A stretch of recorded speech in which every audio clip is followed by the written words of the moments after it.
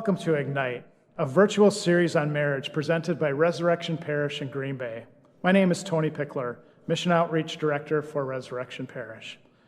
This series consists of 3 segments featuring a short presentation by Dr. Carol Bruess, followed by comments from 3 couples who span the years of married life. Our first couple is Matt and Caitlin Gabriel. They were just married at Resurrection Parish in September of this year. Our second couple is John and Sandy Murphy. The Murphys have been married 16 years and have 2 children who are in middle school and high school. And our final couple is Dave and Bonnie Haupt. They have been married a total of 63 years and have 5 children, 2 of which are deceased. To get us started, let me introduce Dr. Carol Bruess.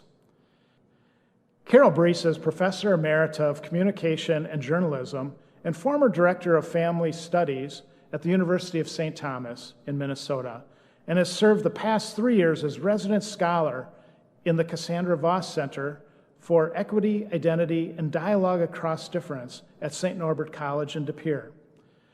For nearly 30 years, Carol has dedicated her life, study, writing, and speaking in studying how families, couples, and members of any relationship create joy, happiness, longevity, and connection through micro moments of interaction and ritual. Carol has published 5 books, most recently, Family Communication in the Age of Digital and Social Media. You can also catch her on TED.com, as she recently spoke at TEDx Minneapolis on the topic, Are All Relationships Messy? Carol currently lives in De Pere with her husband of 29 years, Brian Bruess, president of St. Norbert College. They have 2 children, Tony, who's 24, and Gracie, who is 20. Their other children are Fred, a Yorkie, and George, a Bernedoodle. And in her free time, Carol enjoys sewing with vintage fabrics, doing hot yoga, and drinking hoppy beer. And she notes not all at the same time. So please enjoy Dr. Carol Bruess. Welcome, couples, to this 3-part series on creating a stronger marriage. Yes, I use the word creating because you actually get to every single day, you and your spouse, choose how you want your marriage to not only be today, but next year and the year after that. And as a social scientist who has been studying marriage for nearly 30 years and married myself for 29, I absolutely love helping other couples know what the science says that will help you not only make it for the long haul, but be connected and find joy and an emotional connection as you journey through marriage. And so speaking to couples like you is pure joy to me. I wish we could be together in person, but this weird time does not allow it. So we're going to make the best of it, right? Just like we are in our marriages. Okay, so to begin, only 2 rules. 1, you got to grab your partner's hand while you watch, or somehow be physically touching one another, shoulder to shoulder, leg to leg. And the second rule is when you come to these tips and stories in the marriage science, I want you to do so with an open and willing mind. And if ever you think, well, that doesn't apply to me, it probably means it very much applies to you. So about a month ago, I was interviewing a couple married 78 years. Both members of this couple are 99 years old. I know, it was so cool. So I called them on their landline. We had set up this interview. This is part of a study I'm doing of couples and what keeps couples connected and together. I called them on their landline at the home where they still live, the home they bought when they were first married. They live there independently. It was so incredibly inspiring. And the wife in this marriage, I'll call her Veronica to protect her identity. She said something right near the end of our hour-long call that I think is worth repeating here as we begin this little 3-part series journey together. She said, Carol, let me tell you, marriage is not for sissies. And I was like, oh, Veronica, I know.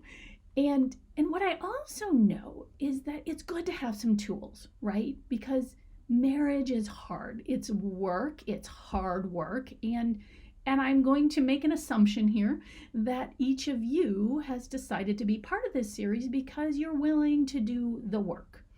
And so the tools that I am going to offer you in this little mini series are based in the marriage science, and they are also built around a very simple truth. It's sort of a framework that I want to share with you that I think you should strongly consider in your marriage. For me, it's actually become a mantra, and it grows out of the neuroscience. What fires together wires together. You've probably heard that before. And the framework I want you to remember, to consider, it's 5 words. What you practice becomes stronger. What you practice becomes stronger. This is true for anything, right? It's true for athletes. It's true for anyone learning, to play a new instrument.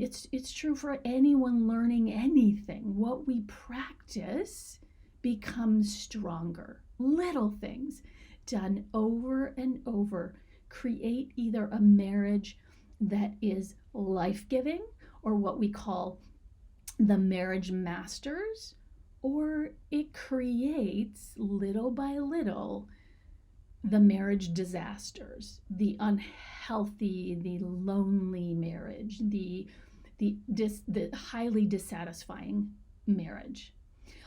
And as I said in a TEDx talk that I did about 2 years ago, marriage is not a big thing. It's a million little things.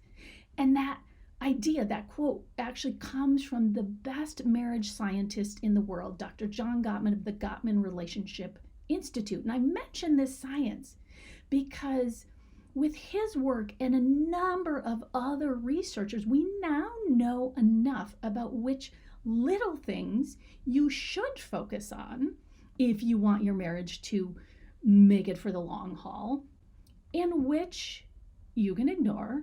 Which are those things you must practice?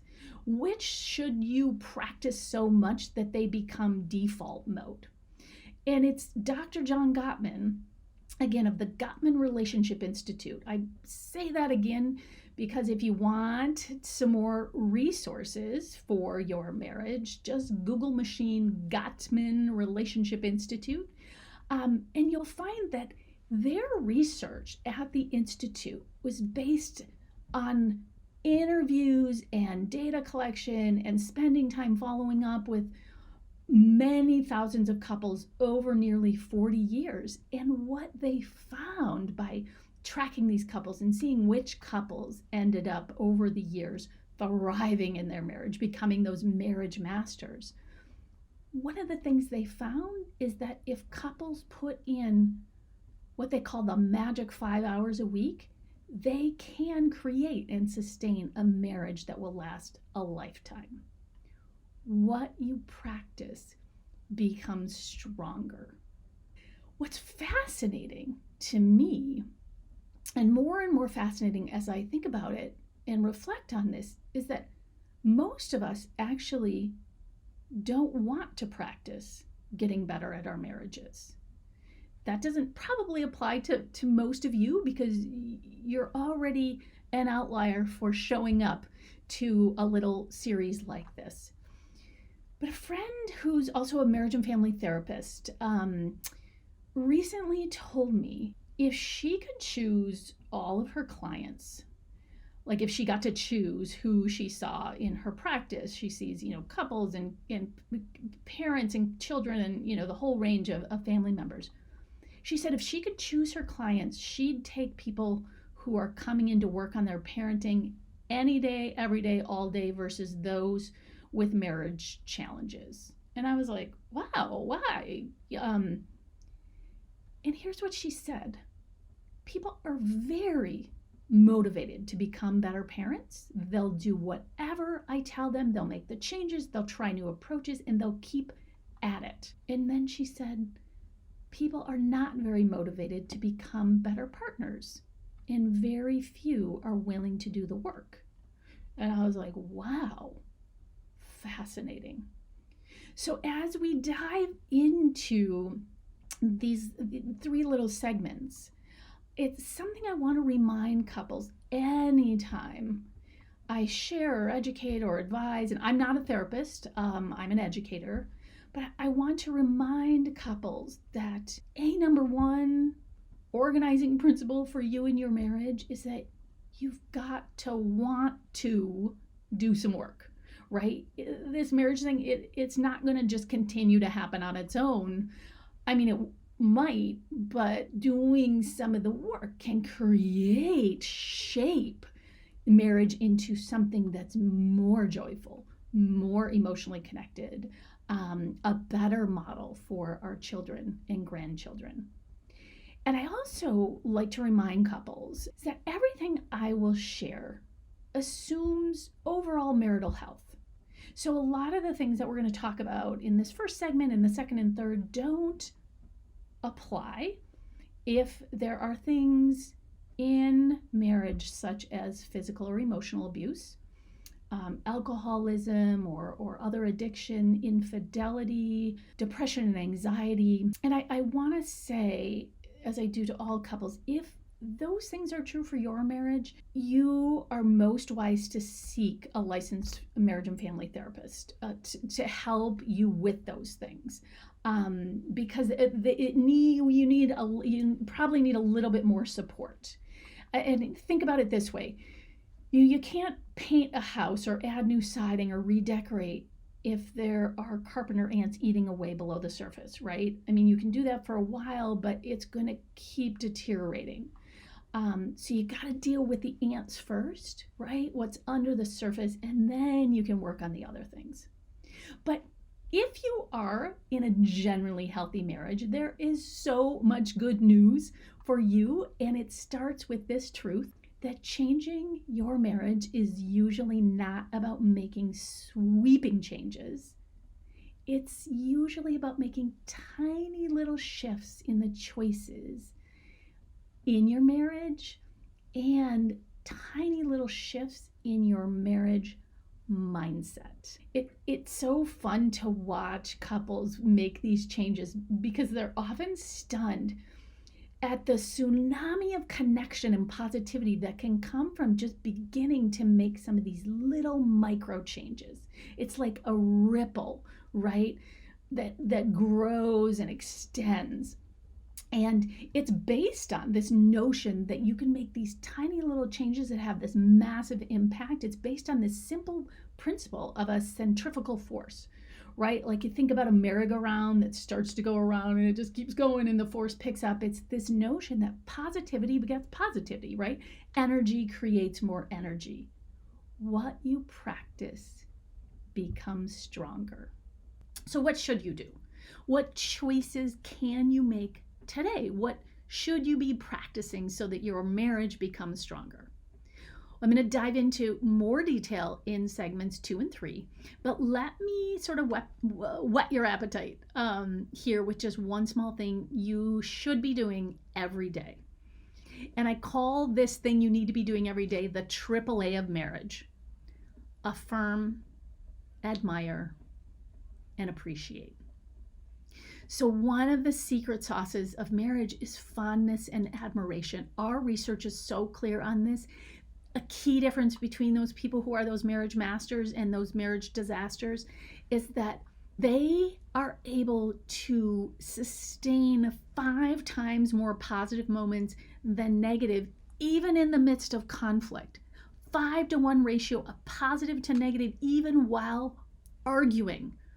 And in day-to-day mundane interactions, the ratio of positive to negative is even more profound. It's at minimum 8-to-1. So for every one little negative interaction, you need 8+ times more positivity.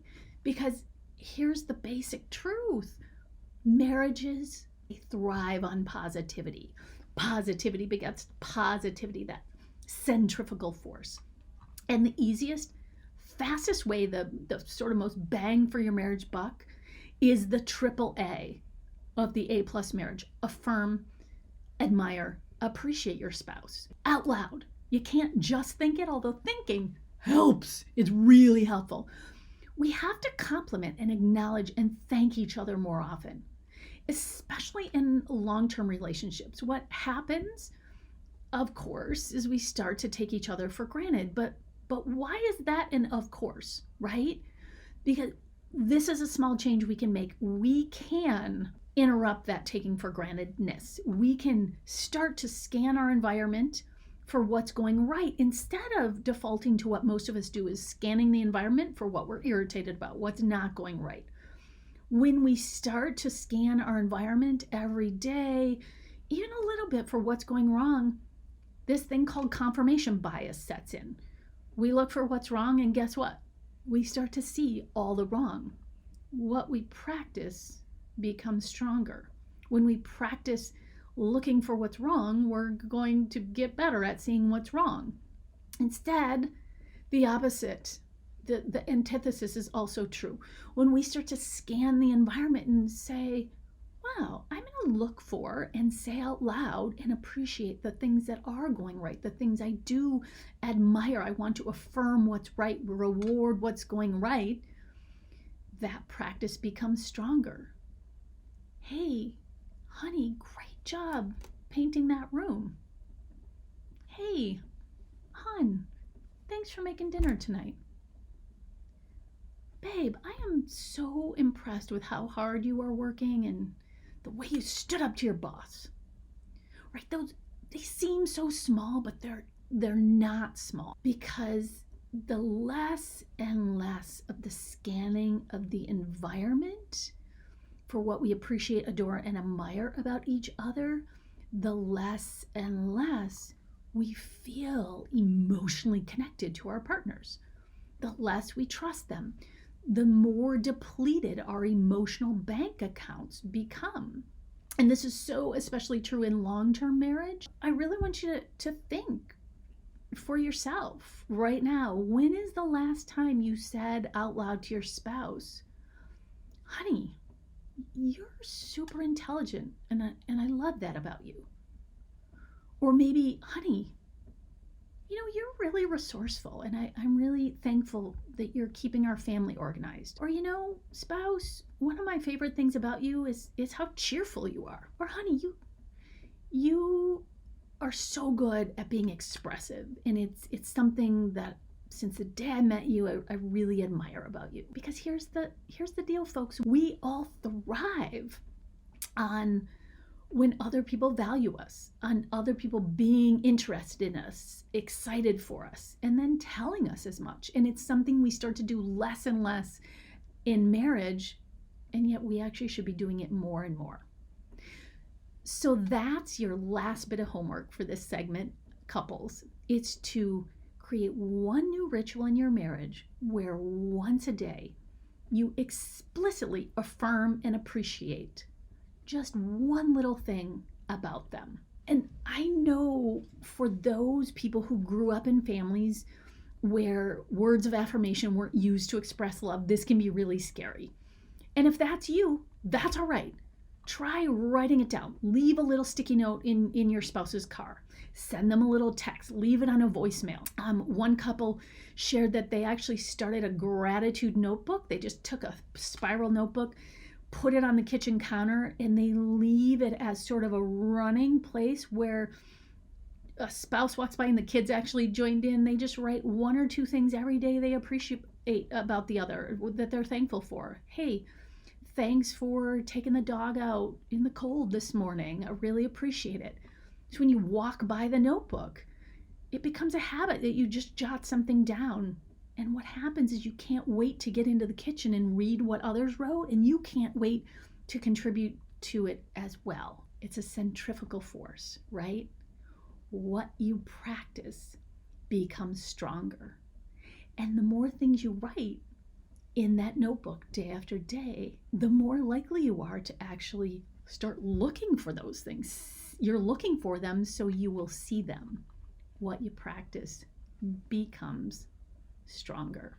And one final note, if you need any more motivation to make this small effort or change, I want to remind you that your marriage is a classroom for your kids and your grandkids. They notice, they copy your behaviors. they will take forward these same behaviors into their own relationships. And so the single best thing we can do for them is model the practice of small positive things often.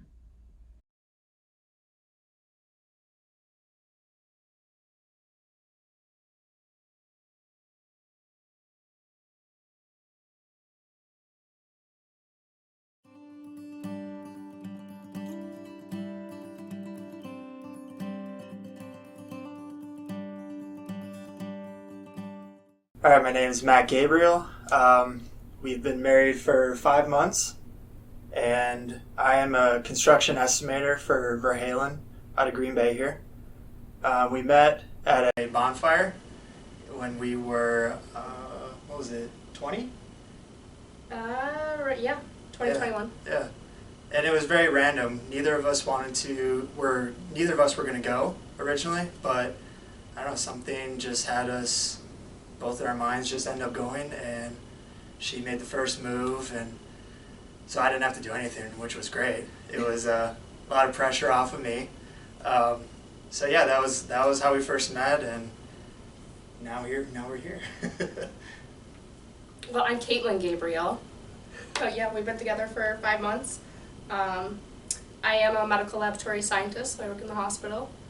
And yeah, we just met that one night at a bonfire. We've known each other since middle school, but didn't come together until college. We're the Murphys. I'm Sandy and John Murphy. We've been in the parish about 8 or 9 years. We met 16, 17 years ago. We met initially at a young adult dance for the diocese, actually, and then again at a Theology on Tap event held by the diocese. Yeah, and then we ended up, I asked him out and to see if he could teach me how to dance, and he, of course, had to go to a football game, and then, but then we ended up going dancing the first date, and then 4 months later got engaged.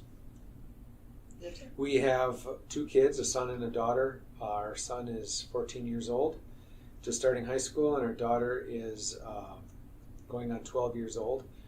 6th grade. And in 6th grade. Basically just in the process of raising those kids. Sandy is in campus ministry, and I'm an electrical engineer. I'm Dave, and this is Bonnie. my wife Bonnie. We've been married for, this will be 63 years, and somewhere along the line there we produced 7 children, and I made a career in healthcare, all sorts of different jobs. So I'll just leave it as a career in healthcare. And Bonnie, I'll let you talk about yourself. I raised her children, and when the last ones were in high school, I went back to school, and I got a degree, I guess you'd call it, in medical assisting. And from there I worked at the Webster Clinic with Dr. Adair as a medical assistant for 10 years.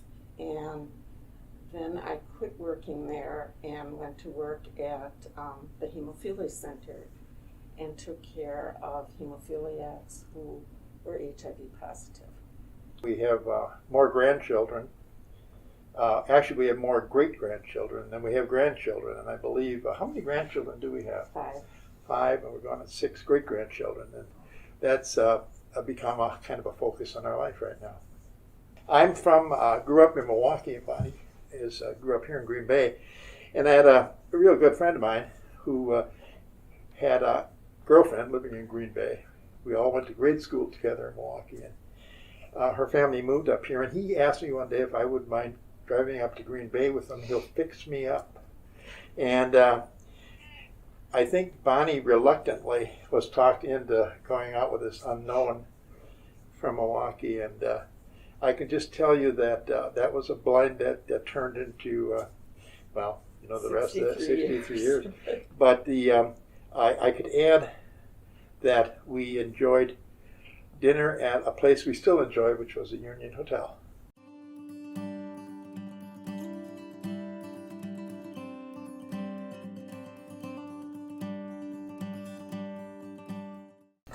Okay, so what are some of the little things you do in your marriage? We really focus on communication, as little as that is. It's a big part of our marriage overall and our relationship overall. Right. It's been communication and listening to each other, and so far that's what we've learned helps. Yeah, I'm still a work in progress on the whole listening thing. I've gotten very good over the 5 months, or 5 years actually, that we've been dating, to be very selective with what I hear. I feel like that's a skill, but I'm trying to work on it not being a skill and actually pay attention to more. But yeah, I mean, I've been working from home for the past year, and she always says every time she comes home from work, I'm there. Every time she leaves, I'm still there.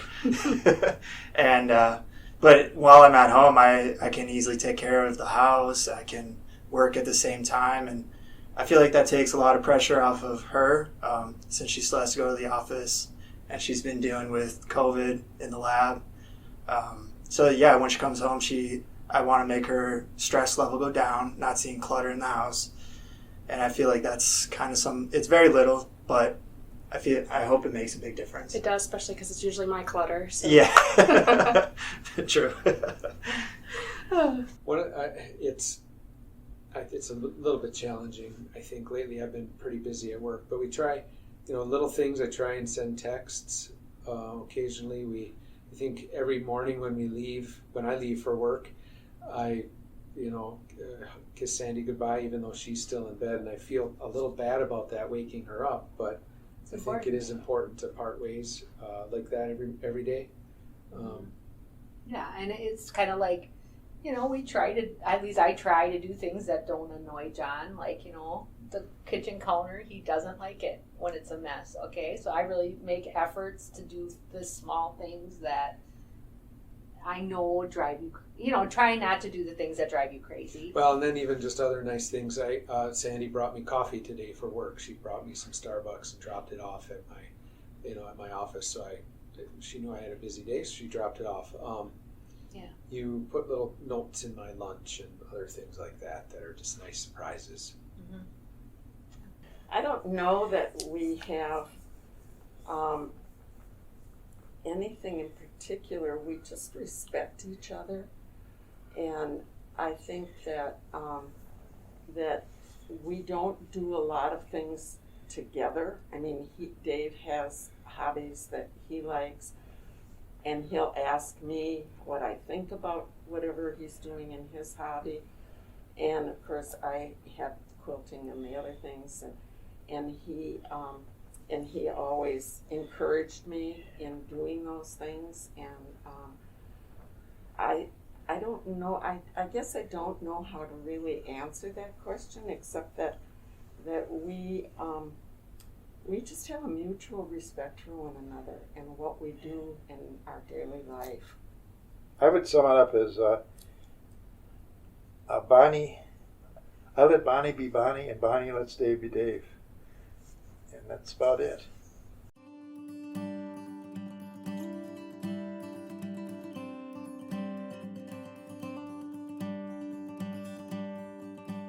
The big thing that I noticed Matt does is after every single meal, after dinner, he's always saying thank you. During dinner, he says thank you, and it's really nice to hear and that he appreciates it, and it makes me feel better about it too. But yeah, I don't think I've ever made a meal that you've never said thank you to. Well, I'm very appreciative of it. I never realized that I said thank you so much after the meal, so actually she said it tonight after we kind of looked over these questions, and it was kind of funny because I never realized that I say it all the time. Yeah.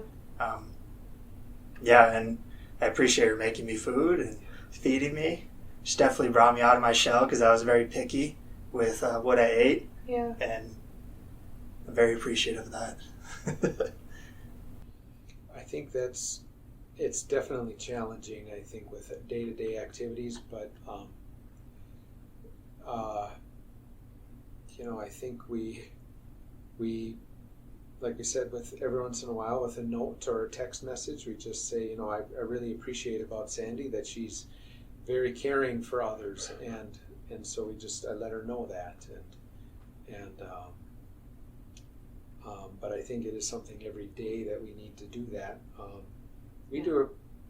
I know, and sometimes it's like you talk through the day, you know what I mean? And like talking through the day is really an important piece of affirming. It's like, you're doing a good job, or you're, or working through like, oh, I could have done that better, or, but we do that every day, we try to do it at supper or for sure at that time, some type of conversation that says.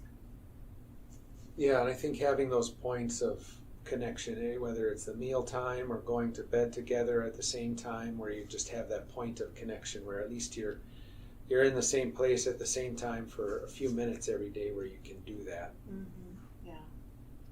Yeah. And the other thing I think is, because it's like, I think it's important and sort of funny, is because like I'll talk to other people, they're always like, they always know like, oh, John Murphy, he's a good guy. Or I have a phrase I say, I can't think of it right now. And like, my friends know that I'm married to I have a really good husband. It's not like, some people talk badly about their partners. I don't do that. I just don't do that. It's just fundamental, because I think it just leads to things that aren't helpful. So for sure, John is very generous. I mean, like, you ask, don't tell everybody this, but like, if you ask John to help, he will help. He will go over the top to be helpful. Sandy really cares about people. She goes out of her way to ask about people and to help them and to be concerned about what they have going on and really show them love and unconditional love and caring. I admire him because I think that he has a lot of good qualities in that he cares deeply about people, our children, the world, and I admire that about him. What was the other part of that question? And appreciate. Oh, I appreciate him so much because he has done so much for our family and for me. I've had a lot of health problems over the years. He's always been there for me. I really appreciate that. Yeah, from my point of view, it kind of all started at the Union Hotel.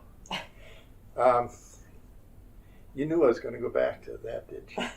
But actually, I could sum it up by saying that I think both of us, or each of us, are the kind of people that what you see is what you get. And it started with that because I was a pretty young man at the time, and actually I was so into this. You were nervous. Nervous, and I actually was wearing a sport coat and a tie at the Union Hotel, and I thought I'd show off a little, so I took the knife and I rolled my tie up and tucked it under my chin and said, "Watch this!" And I let it go and dropped the knife in my hand and caught it, of course. And can you imagine what Bonnie was thinking? But I think that her thought must have been something, what did I get myself into? Ended up being, here's a guy who's not afraid to be himself. And it's kind of a dumb story, but it illustrates pretty much how we view each other, and we love each other for it. We dated for 2 years, writing letters and seeing each other on weekends. And he would write a letter every day. He would write a letter, and it got to a point that I mean, the letters were the kind of letters you could read to your mother, and I did. And it got to a point where he was even writing letters to the postman on the outside of the envelope. Well, just a message. I mean, he's just a character. I mean, he makes me laugh, and I need that because I'm a very serious person. So he brings that to the marriage, and I think that's a good thing. He'll tell me to lighten up on a lot of things.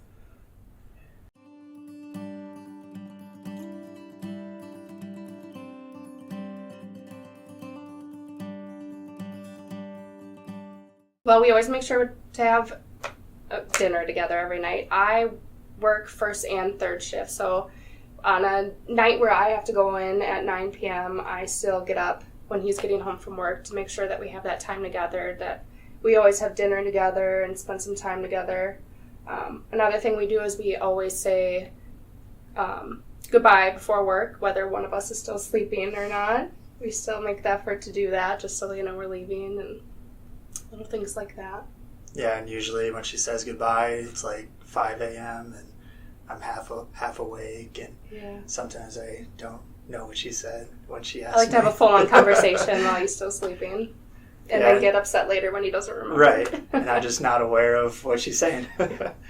Well, no, I did mention before, we try to eat meals together. We try to go to bed at the same time every night.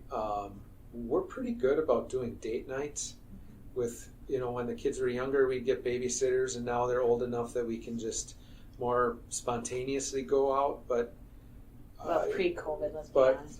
But with, I'd say a couple times a month at least, we're going out to get a drink or to go out to eat and just be together and have a little more quiet time just with each other and stay connected with each other. Mm-hmm. Yeah, that's what I would assume. Yeah. The only thing I can think of is praying together. We do try and make a point of that. And we also, praying together means more than picking up a rosary and praying, because we both believe that prayer without action is kind of useless. So that gets into a dialogue, and we like that about each other. And Bonnie's a good teacher because she's taught me a lot about those sorts of things, made me think about it.